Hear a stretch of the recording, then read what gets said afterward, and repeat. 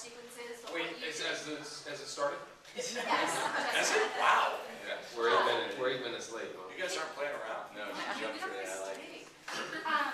We're all very familiar with montages, but what you did with Black Eyed Peas bar scene was brilliant. Oh, Can you tell us wow. about sort of the conceptual, also how you did the production of it, and why you decided to do You that? might want to address Mark. That was actually Mark's idea. It was Mark shot that, actually. It was one of the times Spill where the beans, buddy. our DP said he couldn't handle it, and Mark said, I can.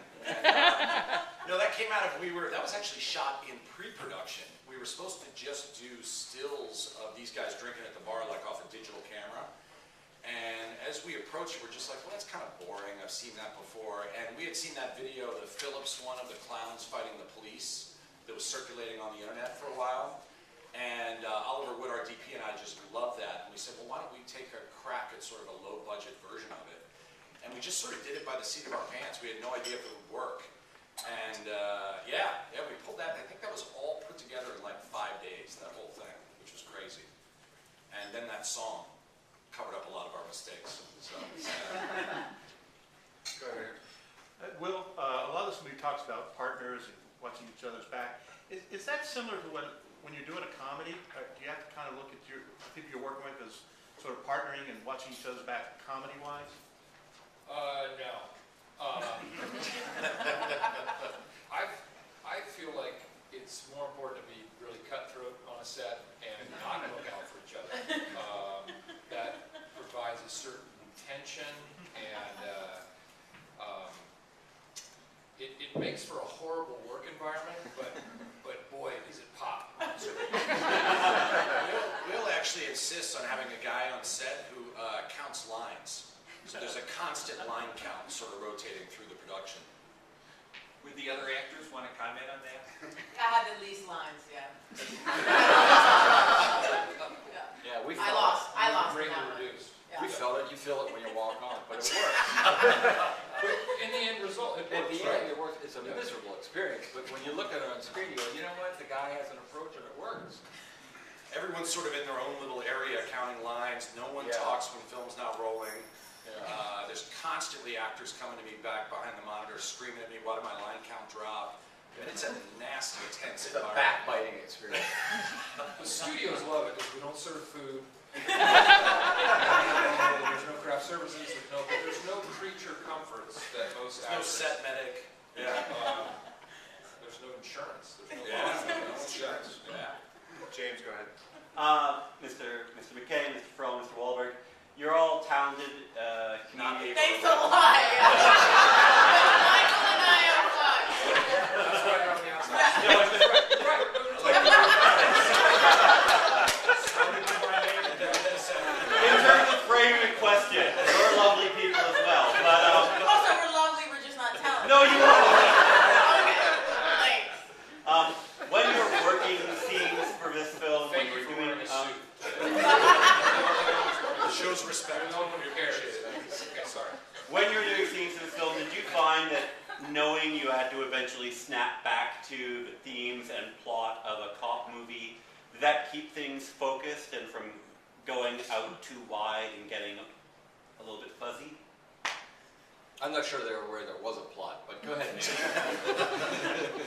Yeah, well, you know there's certain beats you have to hit, you know, like you're saying, you know, that, all right, they have to get the guy, Coogan has to be taken from him in the car, that's what's happening in this scene. So it's more of a matter of, and then you also know when there's scenes where you can just go off.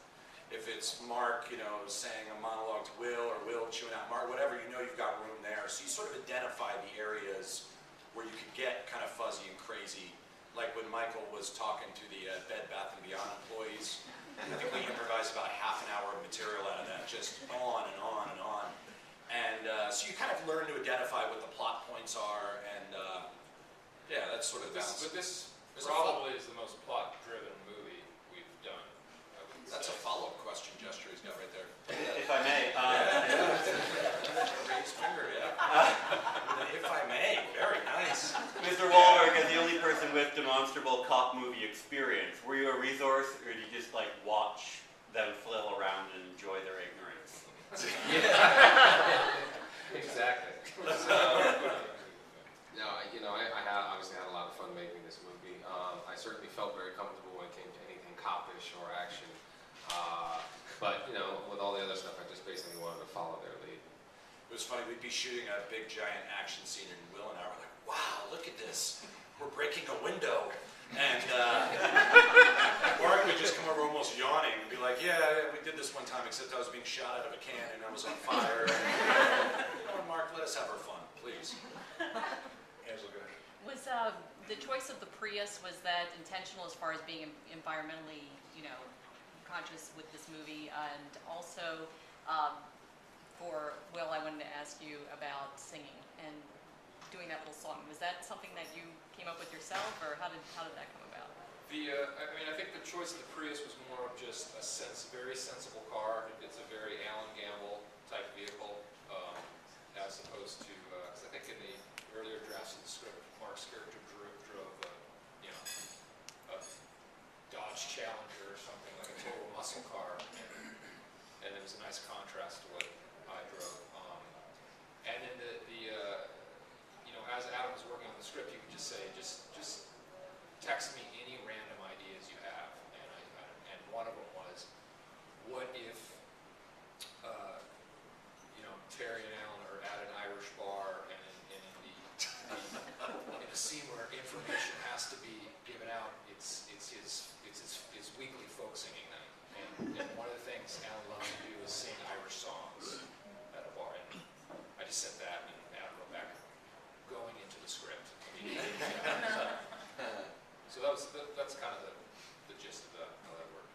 He sang it beautifully, though. Yeah, it was great. Yeah. Ava, the jokes in your scenes are all about Will's perception of you and how everyone else sees you.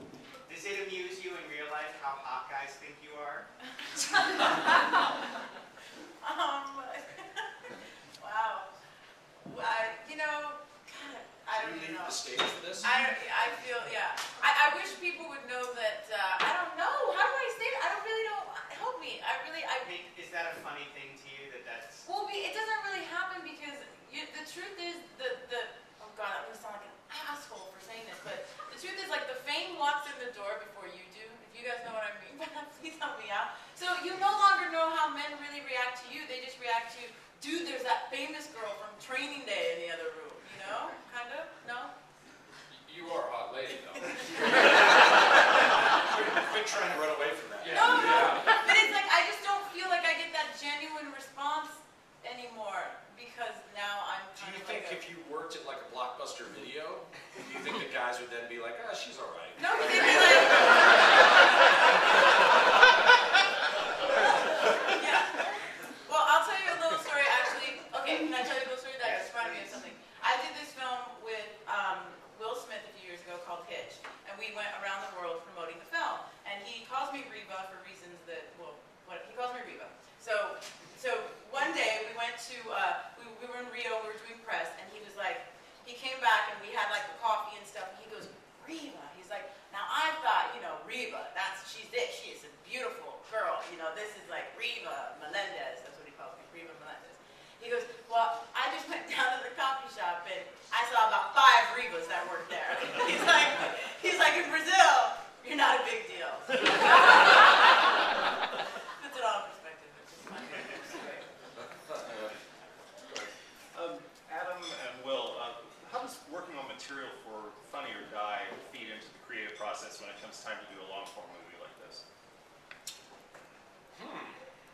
It seems like it's, you know, I mean, the only thing is obviously keeps you sharp as far as writing jokes or heightening ideas, and it makes you think in a variety of different ways because you're using so many different actors on Funny or Die, so I would think it would help a little bit on that. Although, honestly, it feels very separate to me. It feels more like that's connected to sort of Saturday Night Live kind of sketch writing, and you go into this, it does feel like a different skill. But I think any kind of writing or directing or ideas always just help with any other ideas you do.